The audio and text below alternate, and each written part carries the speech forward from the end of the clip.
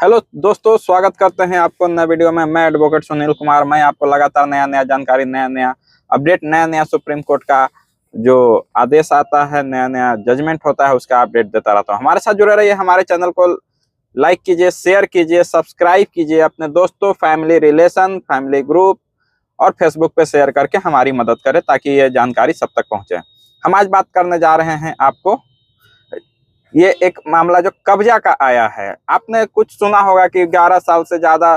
देखिए, हम आपको आम भाषा में बात करते हैं और समझाते हैं ताकि टेक्निकल के पेचीदा भाषाओं से आप उलझे नहीं।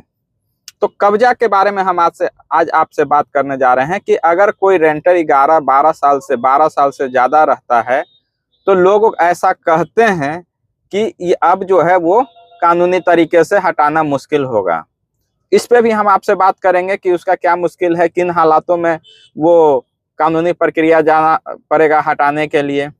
और आज का अपडेट क्या है? आज का सुप्रीम कोर्ट का अपडेट यह है कि कोई भी, आप ऐसा नहीं है कि कोई भी 12 साल से रह रहा है और फिर 13वां साल अगर आप जाते हैं कि भाई आप खाली कर दीजिए, हमारा पर्सनल यूज करना है, तो वो आपको बोलेगा कि अब मेरा संपत्ति हो गया। ऐसा नहीं है।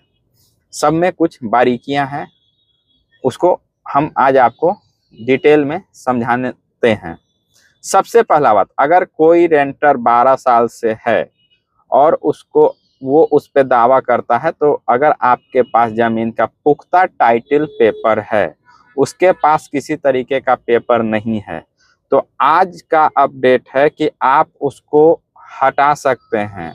अगर वह 5 साल से रह रहा है, 10 साल से रह रहा है, 12 साल से रह रहा है, 20 साल से रह रहा है, लेकिन लगातार आप उससे रेंट लेते रहे हैं, लगातार आप एग्रीमेंट अपडेट करते रहे हैं, लगातार आप उसके पास किसी तरीके का मालिकाना हक का पेपर नहीं है, आपके पास टाइटल मतलब कि डीड या खतियानी प्रॉपर्टी है तो उसका खतियानी, वंशावली, रसीद, ये सारा पेपर आपके पास है, तो आप उसको हटा सकते हैं। सबसे पहला बात, किन कंडीशन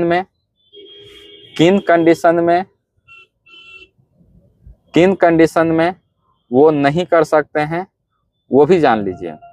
जैसे कोई प्रॉपर्टी है, उस पे कोई रेंटर 10 से 12 साल से, 15 साल से, 20 साल से रह रहा है और जो उसका मकान मालिक है कभी किसी तरीके से उससे ऑफिशियली अनऑफिशियली टच में नहीं रहा है, ना कभी उसने रेंट दिया है, ना कभी किसी तरीके से उसके साथ कांटेक्ट किया है, तो उस कंडीशन में जो है कानूनी प्रक्रिया के थ्रू जाके वो हम अपना मालिकाना दावा रख सकता है, वो भी कानूनी प्रक्रिया के थ्रू।